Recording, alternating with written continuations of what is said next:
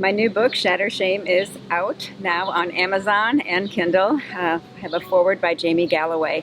So I thought it would be a great idea for me to read an excerpt from it for you to get a taste of what is inside.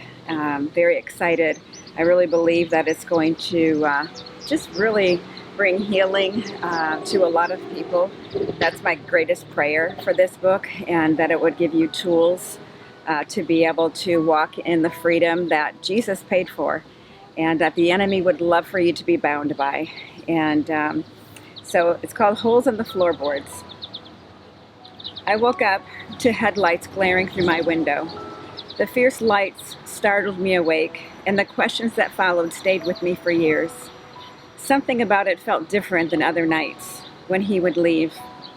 I called his phone over and over again with no answer. The air carried a tension, as though night and morning were debating on whether the sun could rise again. That was the night that my husband left me. No forewarning, gone in the night.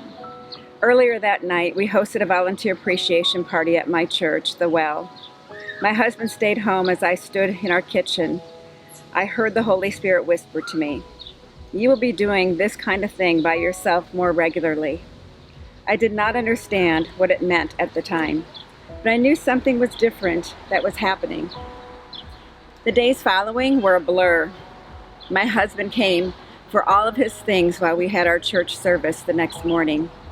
I walked in the door afterward to find all of his items gone, along with some of our furniture. Just like that, our story ended. The grandkids asked me where he went, and I did not have an answer for a while. I did not know. I could feel the pain in the pit of my stomach, like 100 angry knots churning in endless motion. I was confused, I was angry, and I was crushed. I reached out to close mentors, my leadership team, friends, and family. It felt like the sadness was going to take over. My husband called some days, and then it would be weeks without hearing from him. What will the future look like? I thought. How will I afford my house?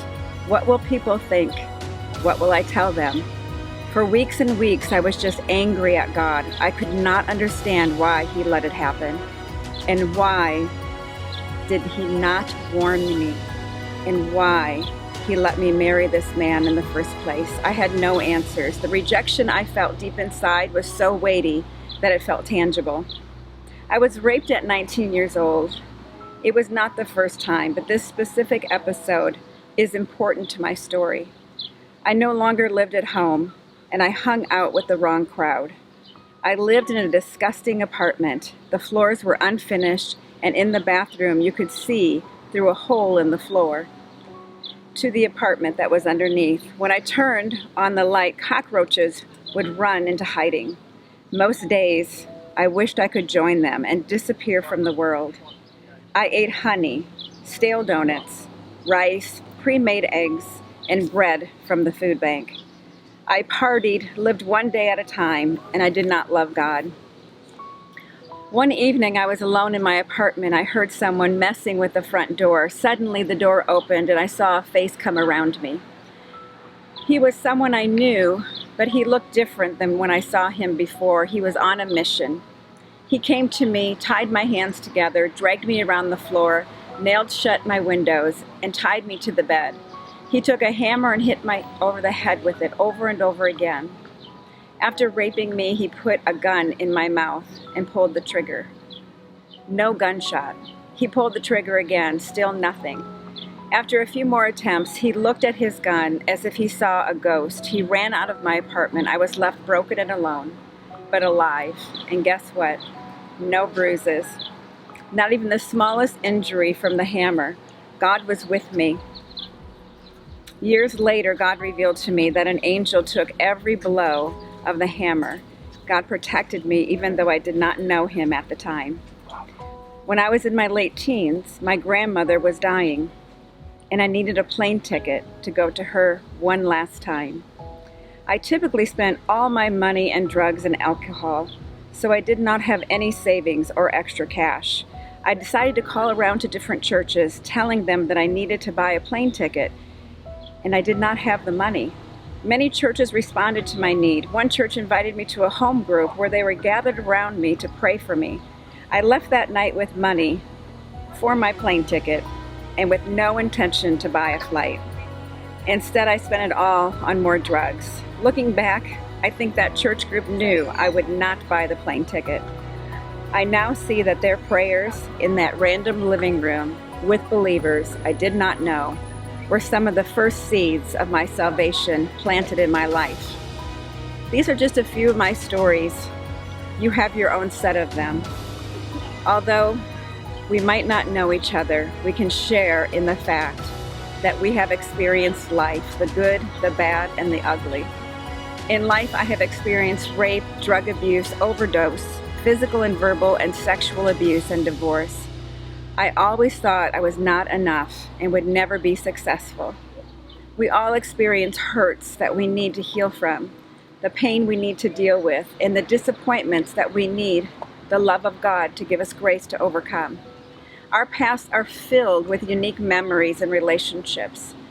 None of us are the same. Here's the thing though, when it comes to our futures, we have a lot in common.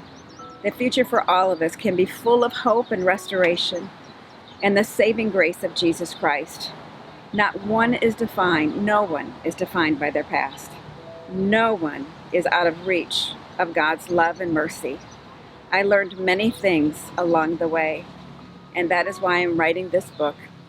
I want to help you to move forward and live in a victorious life. Those are 3 of my stories, and there are others in the book as well.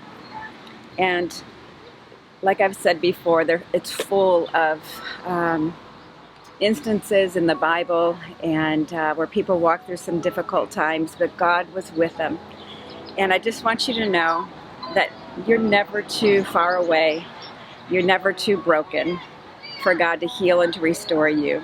So I'm looking forward to hearing back from you of how God has impacted you through this book. I know it's significant.